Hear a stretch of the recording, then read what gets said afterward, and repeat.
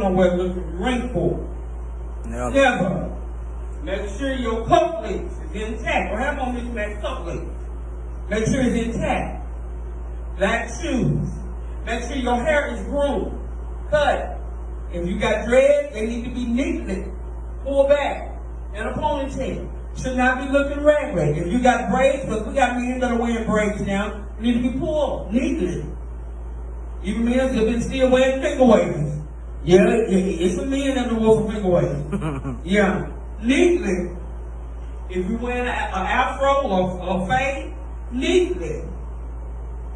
Make sure your grooming is on point because people watching you every step of the way. If you're a prostitute wear blue, black, or green. I literally prefer the blue. A lot of people talk about this green, but I prefer the blue. Black suit, blue clergy shirt, tab. That's what ministers as well. Tab, no full collar, but a tab which goes right in the middle of your shirt. Your black shoes, and most times, you prostitutes would have on the blue robe. If they wear a cross, they would have on the blue robe with the silver cross. If you are an adjutant to the apostle, your robe is red.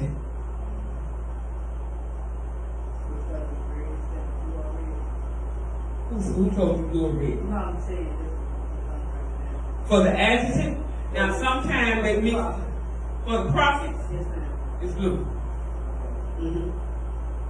For the adjutant, which means you are an adjutant to the apostle, your rope, now sometimes they do interchangeable ropes, which means together you work in two different offices.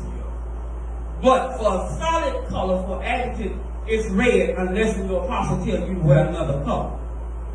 There are times you will see an adjutant where their rope is black and red.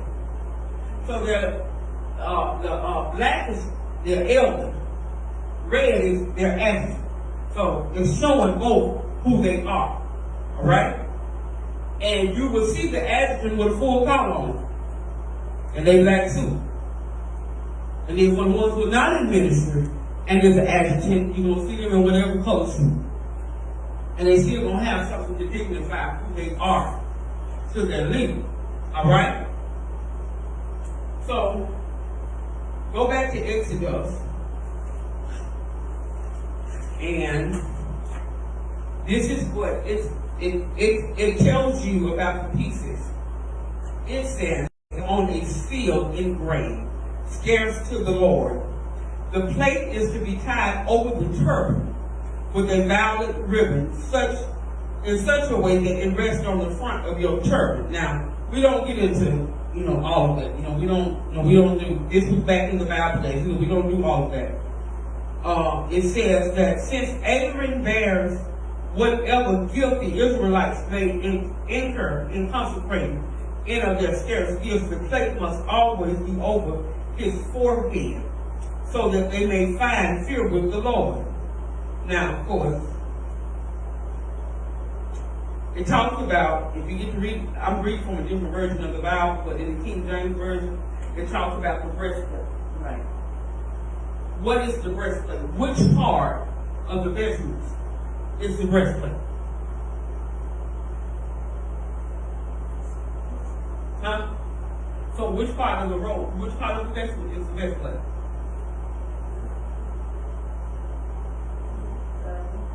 Like the seamstress? The shoemaker?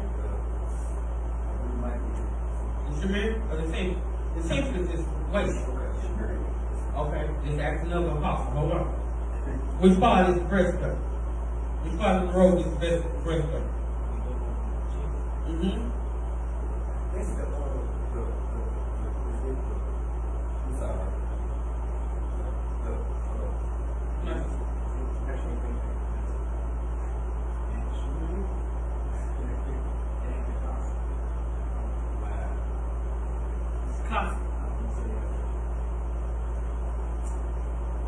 So,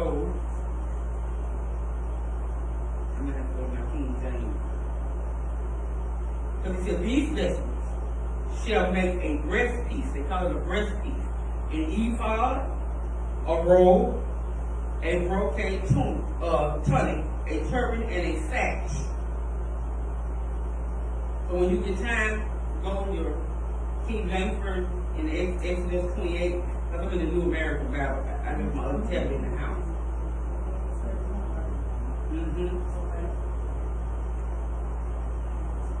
So we wear these vessels most times when you have official day for fellowship. You're in different fellowships. So you wear these vestments on official day. When they tell you to wear vestments on official day. There are times they might say, put your class A on official day. So if I was to say to you, Apostle Reeves, put on your class A, what would that be? Well, that would be as my black shirt. This. I gotta get the words. Class A. Yes. That's what it is. Class A, if somebody asks you what is class A, you just say vegetables. Vegetables.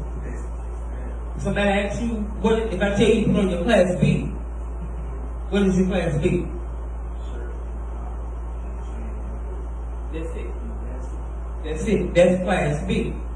So every fellowship is different. We put these, then even on Pentecost Sunday, apostles put on their red cassock or their white cassock. If you ever go to some people's churches on Pentecost, you see everybody red and white on. You go see the leader with the red cassock or white. He might put on his whole vestment. Funerals. You put on your vestments if you are burying a bishop or an apostle. It is called a state funeral. And normally for an apostle, the funeral actually is 3 days. We don't do that no more. But it would literally be one for the district, one for the family, privately, and then you have the national. Yeah. And how you look for the bishop now? And a bishop, you give them a state funeral too. And you put on your vestments. The apostles will put on their vestments. The bishops will put on their vestments. The pastors will put on their vestments, black and white. The elders, most times they'll tell them to put it on their class B. Unless they're active. Yeah, if they're active, they have to put on the, they can either sit the tie, or they'll mostly put on their black cassock with the choir dress. Because you got one on each side of the casket. Because they have to watch the casket. When you just a regular pastor's funeral, you normally, especially if you are a leader, you normally put on your civic attire, which is class B.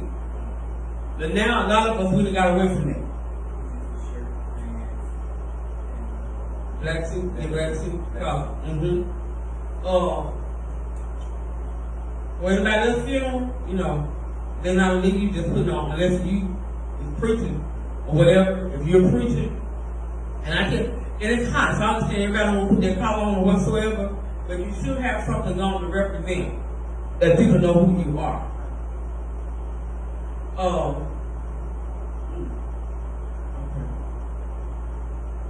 When you're going to another reformation, when you're visiting another reformation, you never outdress the apostle of that house.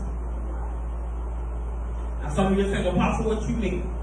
If you come to my reformation, I wear the fuchsia and the red shirt up in here. You don't never step foot in this house with the red or fuchsia shirt on. Unless you done got the okay from me. So, which means you will put on your black. Or better, you put on a purple. But most times, as my sister would say, put your black on. We're going to somebody else's Reformation. If your apostle lives out of town and they come to the city, you dress under your apostle. I don't care nothing about being in your house. If he's going to be in your house, you need to dress under your apostle. You shouldn't be with this my house. No. You disrespecting your apostle or your bishop.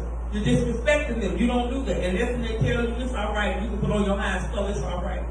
But if they told you that, you dress under. Because if you walk in another man's house with the shirt on high as heels or higher than him, he's subject to tell you, hey, change. Take it. You better not come in there with a gold cross on you. If you're not an apostle or bishop, you better not have a gold cross on you. Don't walk in there, I'm Pastor Toto, and you got on a whole gold cross with these purple or red stones in it. Because if you like me, I'll put you to the side. I don't want to take it off. I have done it. You never do that. You build respect. And when you go in another man's house, and they're an apostle, you're an apostle, and you wear your shirt under them, when you put your ring on, your ring and your cross will let them know who you are. So just because you got on a black shirt, it don't take down from who you are. In some of these churches, they even wear the white clergy shirt.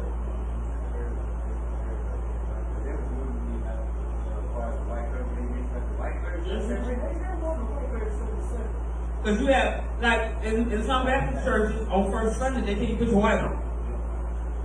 So white means you put on your white clergy shirt. Because the most boys gonna have on their white, deacons gonna have on their black suit, white shirt. Now, let's talk about this consecration. 3 apostles to consecrate another apostle. Not pastor, elder, and a bishop. Don't consecrate an apostle. Out of order. 3 apostles to consecrate another apostle. Now let me help you. You can have 2 apostles and a bishop. A bishop is interchangeable. To consecrate a bishop, you need 3 bishops, or 3 apostles, or 2 bishops and an apostle. But it should never be where somebody's consecrated as an apostle and they're a pastor. Out of order. For your paperwork, it's 3 to 6 signatures that should be on your paperwork for an apostle or for a bishop. And I believe there's 6 on mine. It might be more than 6, but yeah. And there are times that they don't have enough apostles in the house, you form a consecration team, which means you call other apostles from other reformations to come in and help. But your chief apostle, unless your chief apostle, he or she designates somebody else to preach for your consecration, your chief apostle is the one that is supposed to bring the message as they prepare to consecrate you. And they have a table and they lay out each piece of vessels. Coffee, brochette, shamir, tippet, minor, your ring, your cross. They lay each piece out. And even with some of them, they have the cake. I mean, you have seen some of the apostles in the cake. Yeah, the cake is hot. Most times they put them on when they go out the door and it's cold and they can sweat. But they lay it out and they tell you what each piece represents. Most times they lay the altar with white sheets. Because some people, when they get ready to lay hands on them, either going to kneel or you're going to lay prostrate. And I tell people, it's best to go ahead and lay prostrate so you won't fall over. But that's what happens. So if anybody ever come to you and say, oh, I'm an apostle, I consecrate you. Hold on, baby. It takes 3. I'm a bishop. It takes 3. Can't no pastor consecrate no apostle, no bishop. A pastor can ordain a pastor. He can ordain an elder. He can ordain a prophet. You can license a minister. But you cannot consecrate an apostle and you're a pastor. An apostle is higher than a pastor. So we have to learn the different colors of what they mean. And I just literally found out about the blue and the rust orange. Literally. And be careful where you order your vestments from. Be careful who make your vestments, because everybody don't know how to make vestments. And let me put this in here too. If you're not an apostle or a bishop and you decide you want to wear a purple robe, you can wear whatever color robe you want to wear. Don't let nobody tell you, because you ain't a bishop or an apostle, that you can't wear a purple robe, or you can't wear a red robe, or you can wear whatever color robe you want to wear. Huh? Right. Your robe can be made however you want to be made. You can have what we call a straight line A robe. You may have some colors in it or braided out or whatever. Yeah. Not the road wise, well. Yeah, road wise, I ain't Yeah. But don't let nobody tell you, oh no, you can't wear that because this pertains to the apostle. I ain't calling myself the apostle. I want to wear that robe I want to wear. Don't you put on these smears and these squat boy dresses and all that type of stuff. Then you have some people that wear regular robes and wear the tippet with it. They do it. They did it in the Baptist church. Or they wear the century. They just call it a belt for their robe. They did it in the Baptist church. And that's fine. But that's not what nothing pertaining to the apostle vessels or the bishop vessels. And then make sure you don't get nothing too tight but you be busting out of it. Make sure you don't get nothing too loose where it's falling off you. So if you're going to get it made, make sure they know exactly what they're doing. Because if not, you be looking like food. And if you knew Michael Barrington like I knew Michael Barrington, he would tell you in a hot second. No. He used to make this. And he would measure you and all this stuff, and he'd tell you, now you ain't gonna wear this. You gonna wear this. So we have to be careful when it comes to that. And even men with the earrings in their ear, and you got vestments on. Listen. I ain't got nothing against what nobody do. If that's what you like, fine. But do not show up for convocation in your vestments with your earrings in your ear. Me. Take it out. Okay? You can put it back in when you take the vestments off, that's fine. As long as you got the vestments on, take the earrings out of your ear. Make sure you got a belt on with your pants. Your pants should not be sagging. Women, if you know you done lost weight, get your skirt taken in. And let me tell you something. There's nothing wrong with women wearing black slacks. Because they done told you for years, women, you can't wear pants. That might be all you got. Yep. And if that's all you got, some black slacks, make sure they flowing black slacks, not nothing right. Yep. Don't come in there with no stretch pants on and you got on your clergy shirt Didn't I tell and you? put on your vestments. That's the devil. Didn't I tell you that? Don't come in there with that. Heard about mama. Don't come in there. Don't put on no stretch pants. Don't put on no black jeans with your clergy shirt. No. If you're going to wear a clergy shirt, put on your right attire. Don't do that. Now, you have back in the day, where they used to, the Catholics used to do the priests. They would put on their black pants, their black clergy shirt with their collar, and put on their coffee, and walk through the community, go to the grocery store, everywhere with it on. Because it was representing who they were, and they had little hats on their head. Now, there's some preachers I know that they would put on jeans, their clergy shirt, and their collar, and put on some black dress shoes.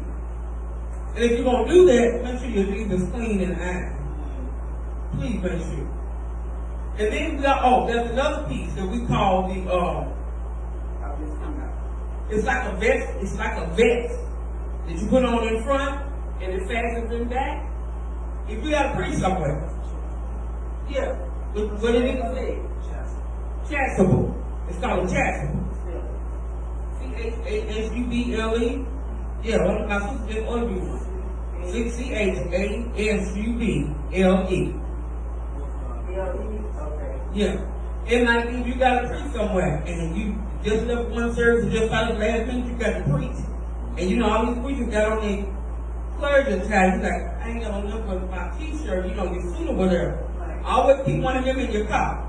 Because what it is, you take off your suit coat and whatever long sleeve shirt in, keep on your t-shirt, put that thing on, because it has a collar to it.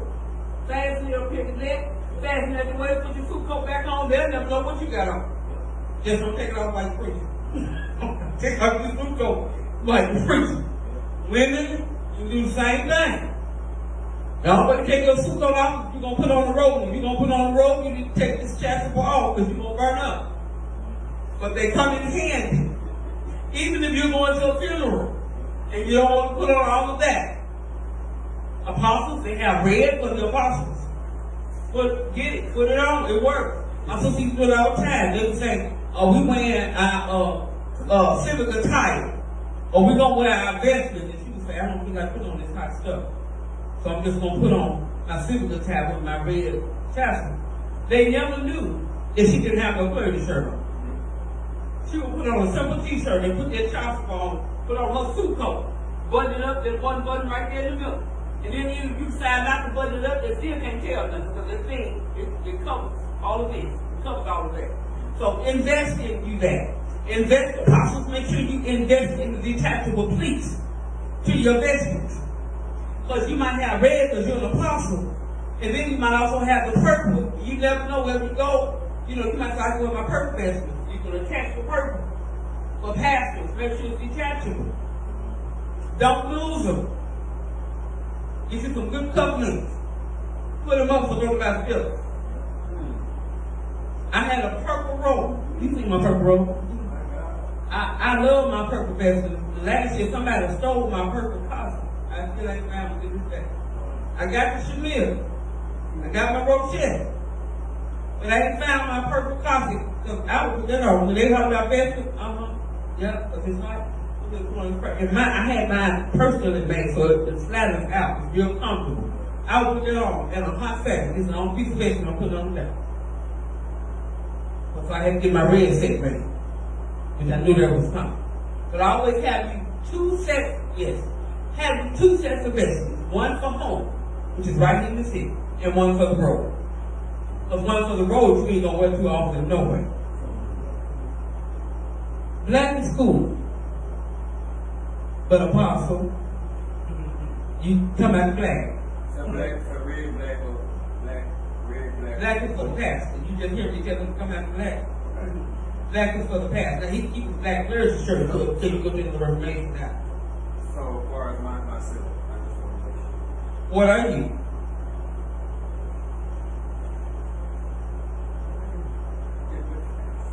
Oh, so you just put your black on.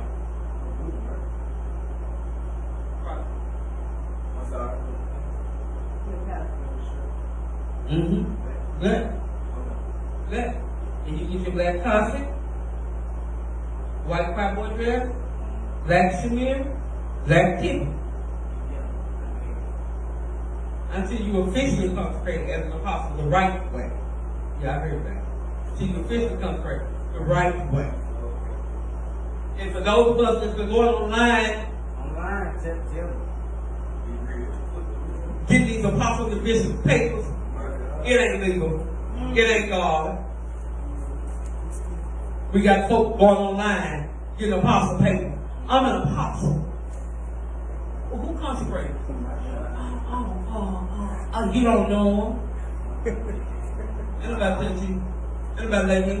That's because you paid for it offline just so you can, be with the big folk, as they say. So, like I know, first of all, you wouldn't want it. You have several seats in the back. Because apostle, being an apostle, apostleship is more than a notion. So you got to be careful about being an apostleship. You got to be careful about being a bishop. You got to be careful about being a ministry, period. But if you're going to wear these particular vestments, wear them right, know what they mean. They should be ironed and clean at all times. Your vestments should never be thrown around. You know how sometimes we come in and we pick up our clothes up, we tired, we throw them somewhere. If you don't hang none of that stuff, you can hang the vestment up. They need to be in the cleanest. Make sure they're clean because of the perfume scents, cologne scents, when people hug you and all that. If you don't wore it 2 or 3 times or maybe 4 times, they ain't putting no cleaners, and you can sweat it, they funky. Put them in cleaners. Get them clean. Do not loan out your vessel. I have a question. Yes, ma'am. Okay, when you say consecrate of apostles, you say 3 bishops, right? 3 apostles And 3 apostles. to consecrate an apostle. 3 bishops to consecrate a bishop. The only way that can change is that, like myself and him are apostles. If he was to get consecrated, we can literally call in a bishop, another bishop, and he can help or she can help us consecrate. But it shouldn't be pastors consecrating apostles and bishops. No. Should not be. If you're apostle designate, you got no business consecrating nobody else as an apostle until you got consecrated as an apostle.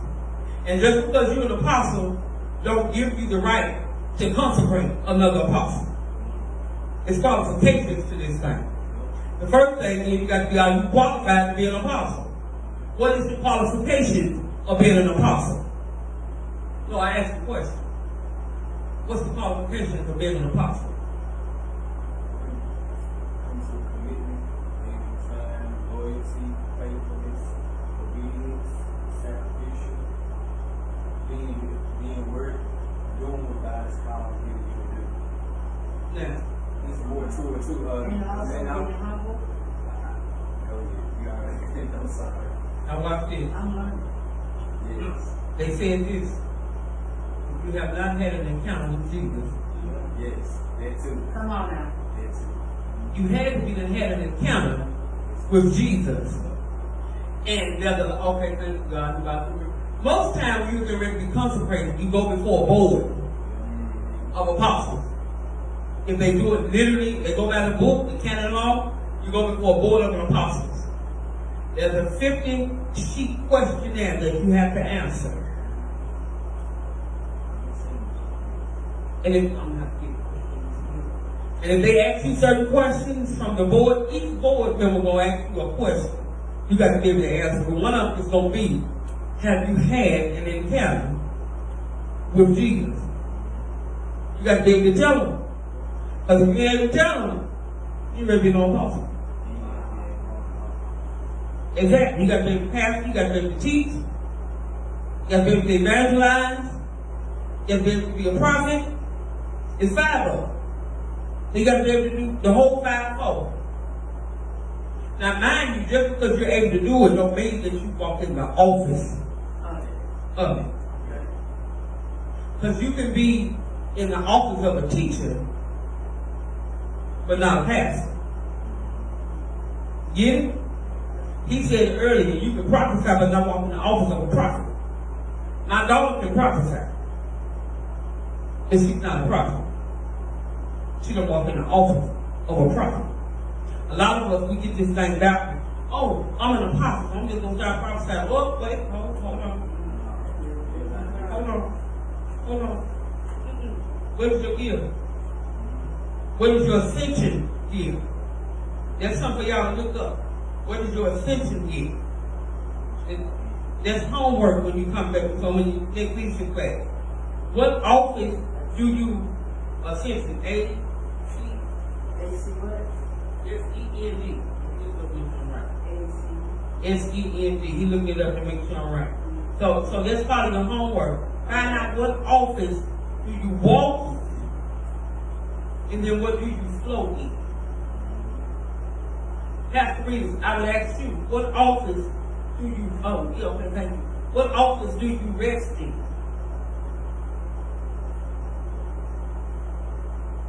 As far as position, Lord, it's like I'm fluctuating. It's not like a main office. You didn't have an office. Watch this. Hold on. Brooks, what office do you rest in? Because he's a prophet. He rests in the office of a prophet. His position here is an apostle. Get it? He rests in the office of a prophet? Teacher. Okay. So your teacher would be pastor. Yeah? So they gonna ask them, tell you get before some of them folks, they gonna put you in the middle of the aisle in a chair, like you sitting in court. And they're gonna ask you a lot of these questions. An apostle's job is to train, mentor, and develop other leaders. Our job is also to go out and establish other churches, plant churches, put somebody in place. Literally, our job is not to be in one church as an apostle. Apostles are not supposed to be pastoring churches. We're supposed to be planting churches, establishing and planting churches, and putting someone in place to pastor the church. But us as apostles, because nobody's equipped to pastor the church, we have to pastor the church. Here's the thing. When God literally fills this up and send me some faithful folks, I'm going to equip somebody to pastor PWDC. You don't go somewhere else and open PWDC number 2. And I might tell you name whatever. You're going to be pastor. I'm just going to plant you, set you up, and put you in place. And a lot of times now we have apostles that will plant churches, put you in place, and you ain't got a dad inside nothing off with it. So, if you're going to be in this thing called apostle, ask God to send the finances as well. Apostles work too. Stop talking about you in full-time ministry. And you ain't got a dime to rub together. Apostles work. We go out here and work a 9 to 5 or 8 to 3 or whatever. Some of us work 2 or 3 jobs. I work 2 of them. Plus got a business. Because it takes money, he said, to do ministry. Guess what? These vegetables cost. If you literally buy the whole 12 piece, you don't got to do $3,000. Oh, literally. I just go get coffee, rochette, Tremere, chicken. I go get the 4 pieces made, and for me getting the 4 pieces made, it still cost me $600 and some dollars. Because I get it made. You go online. Now, if you go on Suda Avenue, you might find them for all together. You might find them for $3 something. Yeah, but you got the coffee by itself is like $1.99. So you do better just go and get it made and pay for everything together. And as I stated, everybody don't know how to make vegetables. Just because they can sew, they might can sew a dress or a pair of pants or make a dress or a pair of pants or a regular robe. They don't mean they know how to make vegetables. Because in the back of a shamir, it has pleats, 3 down the middle. Your cossack is A-line. The rochette has, some of them are plain, but some of them have pleats. I think the one I got pleats all the way around. Your tippet, we'll think on the scarf style when you say tippet, but it's not made as a scarf, so you have to be careful. Because you have some that are made and have a triangle going down. Yeah, like a stove. And preachers wear that too, not apostle bishop. But more of the Catholics, more of the LBCM, they wear this tippet that's made like a stove. You know, some of the choir members used to wear, you have a robe on in the choir, and you have this little piece all over, it's called a stove. So, some of the tippets are made like that. But your tippet, as been an apostle, bishop will not be made like that. Yes, sir, you do. Yeah, you gotta go get your red set. No, don't let them yourself because you can make yours. I don't know why I'm gonna tell you like Pastor Barry told me, come back in black. That's what you do. So, you said the next time you come back, the help us to sign.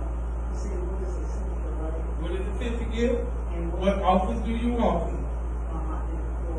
And then, I want to know, what is the qualification of an apostle? What is the qualification of a bishop?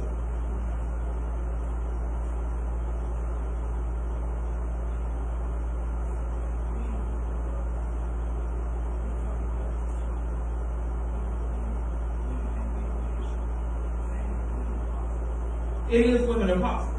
I'm so glad you said that. Listen, on our next class, This is an apostle, right? on our next class, we're going to talk about the women in the Bible that were apostles. Now, how many of you know that Jesus' mother, Mary, was an apostle? Jesus said that. Now, watch this. What is a missionary? Someone that goes out and ministers to those out. Go. Someone that operates is out at sea. They're on a mission to minister about the word of God, to compel those about who God is and Jesus is.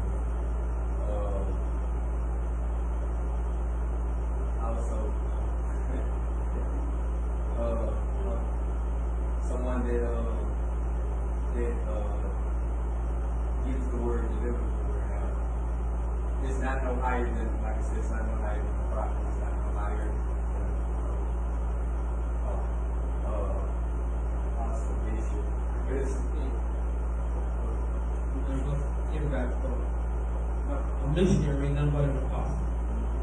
wow. That's new. Look it up. I'm glad you told me that. I said give to him. I did not know A that. missionary is an apostle. Wow. They call Deborah a judge in the Bible. Deborah was a prophet. Then you have Judas and it's two days. We're gonna talk about it in this class. Both of them were apostles. There's a word in the Hebrew called unas. Unas means male or female.